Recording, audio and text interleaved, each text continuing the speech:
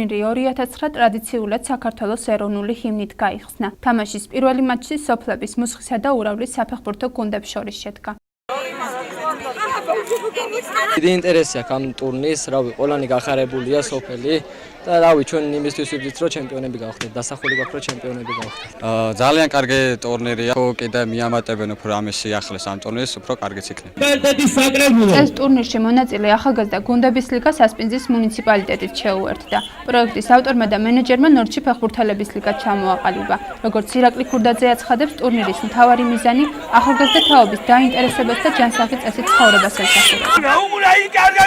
წელს მუსხის საფეხბურთო ტურნირში მონაწილეობს 8 გუნდი. ესენი არიან ძირითადად ახალციხის მუნიციპალიტეტის გუნდები, არის ასევე ასპინძის მუნიციპალიტეტის გუნდებიც. ტურნირის მთავარი მიზანია ჯანსაღი ცხოვრების წესისაკენ მოწოდება, ახალგაზრდობის ჩართვა აქტიურ ჯანსაღ ცხოვრებაში. წელს ამ ტურნირში ჩვენს ნორჩი ფეხბურთელები ჩავერთეთ. ძალიან მიხარია ამის გამო და ფიქრობ წარმატებას მივაღწევთ. არ არის თავარი გამარჯვება, აქ თავარია დამეგობრება, გამოცდილების მიღება და შემდეგ უკვე კარგი თამაშიც რა თქმა უნდა. ტურნირს ძალიან დიდი მნიშვნელობა აქვს, იმიტომ რომ ჯანსაღი მომავალი იზრდება, ჯანსაღი თაობა იზრდება, ძალიან მოხარულები ვართ, იმიტომ რომ ადამიანები საქმდებიან და ადამიანი თავის ჯანსაღ ცხოვრებას აგრძელებს. ტურნირის პირველ მატჩს მუსხისა და ურავლის გულშემატკივრები და ახალციხის მუნიციპალიტეტის თანამშრომლებიც ესწრებოდნენ. იმისათვის, რომ ტურნირის არეალი გაფართოვდეს და უფრო მასშტაბური გახდეს, სტადიონს ესაჭიროება სერიოზული რეკონსტრუქცია, აცხადებს პროექტის მენეჯერი.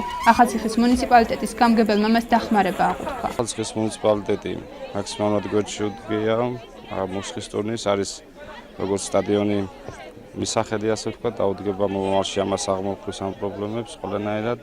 ეს არის ჯანსაღი ცხოვრების წესი და მაქსიმუმს გავაკეთებთ ყოველთვის ჩვენი პატარა ახალგაზრდებისათვის.